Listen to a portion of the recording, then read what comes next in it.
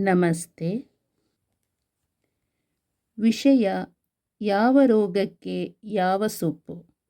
ಲೇಖಕರು ಧನ್ವಂತರಿ. ವಿವಿಧ ಪಲ್ಯಗಳ ಔಷಧೀಯ ಗುಣಧರ್ಮಗಳು. ಮೊದಲನೆಯದು ಮೆಂತ್ಯ ಸೊಪ್ಪು. ಮಕ್ಕಳಿಂದ ಹಿಡಿದು ಮುದುಕರವರೆಗೆ ಆರೋಗ್ಯ ರಕ್ಷಣೆಯ ದೃಷ್ಟಿಯಿಂದ ಈ ಸೊಪ್ಪಿನ ಸೇವನೆ ಅನಿವಾರ್ಯ. ಈ ಸೊಪ್ಪಿನಲ್ಲಿ ಎ ಹಾಗೂ ಬಿ ಜೀವಸತ್ವಗಳು ಜೊತೆಗೆ ಕಬ್ಬಿಣದ ಅಂಶ ಅಪಾರವಾಗಿದೆ. ಮಧುಮೇಹ ರೋಗದಿಂದ ನರಳುವವರಿಗೆ ಈ ಸೊಪ್ಪು ತುಂಬ ಗುಣಕಾರಿ. ಪಿತ್ತ ವಿಕಾರಗಳಿಂದ ನರಳುವವರಿಗೆ ಈ ಸೊಪ್ಪಿನ ಸೇವನೆ ತುಂಬ ಅನುಕೂಲ. ಭೇದಿ ಆಮಶಂಕೆಯಿಂದ ನರಳುವವರಿಗೆ ಇದರ ಸೇವನೆ ಒಳ್ಳೆಯ ಭೇಷಜ. ಮೆಂತೆ ಹಿಟ್ಟಿನಿಂದ ಸ್ನಾನ ಮಾಡುವುದರಿಂದ ತಲೆ ಕೂದಲು ಉದುರುವುದು ಕಡಿಮೆ ಆಗುವುದು. ಮೆಂತೆ ಹಿಟ್ಟನ್ನು ತಣ್ಣೀರಿನಲ್ಲಿ ಅರೆದು ತಲೆಗೆ ಲೇಪಿಸಿಕೊಂಡು ಕೆಲ ಕಾಲದ ನಂತರ ಸ್ನಾನ ಮಾಡುವುದರಿಂದ ತಲೆ ಉರುಪು ಅಂದರೆ ಹೊಟ್ಟು ಉದುರುವುದು ಕಡಿಮೆ ಆಗುವುದು.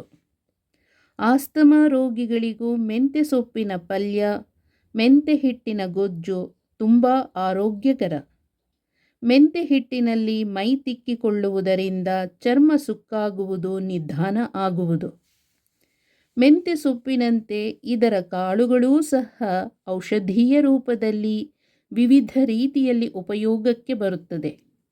ಮೆಂತ್ಯ ಕಾಳುಗಳನ್ನು ತುಪ್ಪದಲ್ಲಿ ಹುರಿದು ಪುಡಿ ಮಾಡಿ ದಿನವೂ ಎದ್ದ ಕೂಡಲೇ ಸ್ವಲ್ಪ ತಿಂದು ನೀರು ಕುಡಿಯುವುದರಿಂದ ಮಧುಮೇಹ ನಿವಾರಣೆ ಆಗುವುದು. ರಕ್ತದ ಒತ್ತಡದಿಂದ ಒದ್ದಾಡುವವರಿಗೂ ಸಹ ಈ ರೀತಿಯ ಸೇವನೆ ಅನುಕೂಲ. ಸಂಧಿವಾತ ರೋಗದಿಂದ ನರಳುವವರು ಇದೇ ರೀತಿ ತುಪ್ಪದಲ್ಲಿ ಹುರಿದು ಕುಟ್ಟಿ ಪುಡಿ ಮಾಡಿದ ಪುಡಿಗೆ ಶುಂಠಿ ಹಾಗೂ ಬೆಲ್ಲ ಬೆರೆಸಿ ದಿನವೂ 1-2 ಬಾರಿ ಚಿಕ್ಕ ಚಿಕ್ಕ ಉಂಡೆಯ ರೂಪದಲ್ಲಿ ಸೇವಿಸುವುದರಿಂದ ಗುಣಮುಖರಾಗುವರು. ಹೊಟ್ಟೆಯಲ್ಲಿ ವಾಯು ವಿಕಾರತೆಯ ರೂಪದ ಗ್ಯಾಸ್ಟ್ರಿಕ್ ತೊಂದರೆಗಳಿದ್ದರೆ ಮೆಂತ್ಯ ಸೊಪ್ಪು ಹಾಗೂ ಕಾಳನ್ನು ಅಡಿಗೆಯಲ್ಲಿ ಉಪಯೋಗಿಸುವುದರಿಂದ ನಿಧಾನವಾಗಿ ವಿಕಾರತೆಗಳು ಕಡಿಮೆ ಆಗುವುವು. ಮೆಂತ್ಯ ಸೊಪ್ಪಿನ ಎಳೆಯ ಎಲೆಗಳನ್ನು ಅರೆದು ಹಚ್ಚಿಕೊಂಡು ತಲೆಗೆ ಕೆಲ ನಿಮಿಷಗಳ ಕಾಲ ಮಾಲೀಶು ಮಾಡಿಕೊಳ್ಳುವುದರಿಂದ ಕೂದಲು ಉದುರುತ್ತಿದ್ದರೆ ನಿಲ್ಲುವುದು. ಮಾಲೀಶು ಮುಗಿದ ನಂತರ ಉಗುರು ಬೆಚ್ಚನೆಯ ನೀರಿನಿಂದ ಸ್ನಾನ ಮಾಡುತ್ತಿರಬೇಕು. ಈ ಕ್ರಮವನ್ನು 1-2 ತಿಂಗಳ ಕಾಲ ಅನುಸರಿಸಿ ರೂಢಿಸಿಕೊಂಡು ಬಂದರೂ ಆ ದಿನವೂ 1-2 ಕೂದಲು ಬೆಳೆಯುವುದಲ್ಲದೆ ಕೂದಲಿನ ಬಣ್ಣದಲ್ಲಿ ಮೆರುಗು ಕಾಣುವುದು.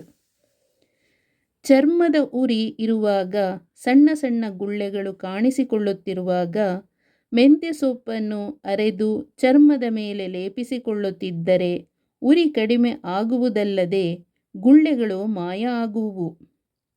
ನವಿರಾಗಿ ಅರೆದ ಮೆಂತ್ಯ ಸೊಪ್ಪಿನ ರಸದೊಂದಿಗೆ ಮೊಸರು ಹಾಗೂ ನಿಂಬೆ ರಸವನ್ನು ಬೆರೆಸಿ ಹಗುರವಾಗಿ ಮುಖಕ್ಕೆ ಲೇಪಿಸಿಕೊಂಡು ಹಲವು ನಿಮಿಷಗಳ ನಂತರ ಬೆಚ್ಚನೆಯ ನೀರಿನಿಂದ ಮುಖ ತೊಳೆದುಕೊಳ್ಳುವುದರಿಂದ ಮುಖಕಾಂತಿ ಮುಮ್ಮಡಿಸುವುದು.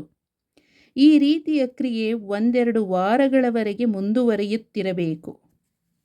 ಮೆಂತ್ಯ ಸೊಪ್ಪಿನ ಅಡಿಗೆಯ ಸೇವನೆಯಿಂದ ಹಸಿವೆ ಹೆಚ್ಚುವುದು. ಜೀರ್ಣಶಕ್ತಿ ಹೆಚ್ಚಿ ಸೇವಿಸಿದ ಆಹಾರ ಬೇಗ ಪಚನವಾಗುವುದು. ಮೆಂತ್ಯ ಕಾಳನ್ನು ಕುಟ್ಟಿ ಪುಡಿ ಮಾಡಿದ ನಂತರ ಮೊಸರು ಬೆರೆಸಿ ಸೇವಿಸುವುದರಿಂದ ಆಮಶಂಕೆಯ ನಿವಾರಣೆ ಆಗುವುದು. ಹೀಗೆ ಮೆಂತ್ಯ ಸೊಪ್ಪು ಮಕ್ಕಳಿಂದ ಹಿಡಿದು ಮುದುಕರವರೆಗೆ ಎಲ್ಲರಿಗೂ ಆರೋಗ್ಯದ ದೃಷ್ಟಿಯಿಂದ ಉಪಯುಕ್ತ ಎನಿಸಿದೆ.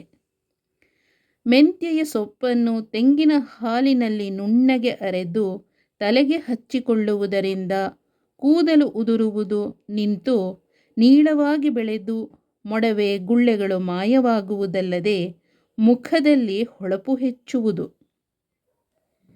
ಮೆಂತ್ಯ ಸೊಪ್ಪಿನಿಂದ ತಯಾರಿಸಬಹುದಾದ ಅಡುಗೆಗಳು. ಮೊದಲನೆಯದು ಮೆಂತ್ಯ ಸೊಪ್ಪಿನ ಕೂಟು. ಎರಡನೆಯದು ಮೆಂತ್ಯ ಸೊಪ್ಪಿನ ರೊಟ್ಟಿ. ಮೂರನೆಯದು ಮೆಂತ್ಯ ಸೊಪ್ಪಿನ ಮಸ್ಸೊಪ್ಪು. ನಾಲ್ಕನೆಯದು ಮೆಂತ್ಯ ಸೊಪ್ಪಿನ ವಡೆ. ಐದನೆಯದು ಮೆಂತ್ಯ ಸೊಪ್ಪಿನ ಹುಳಿ. 6ನೇಯದು ಮೆಂತ್ಯ ಸೊಪ್ಪಿನ ಪಲ್ಯ. 7ನೇಯದು ಮೆಂತ್ಯ ಸೊಪ್ಪಿನ ಸಾರು. 8ನೇಯದು ಮೆಂತ್ಯ ಸೊಪ್ಪಿನ ಅನ್ನ. 9ನೇಯದು ಮೆಂತ್ಯದ ಹಿಟ್ಟು. 10ನೇಯದು ಮೆಂತ್ಯ ಸೊಪ್ಪಿನ ಪರೋಟ. ನಮಸ್ತೆ, ಧನ್ಯವಾದಗಳು.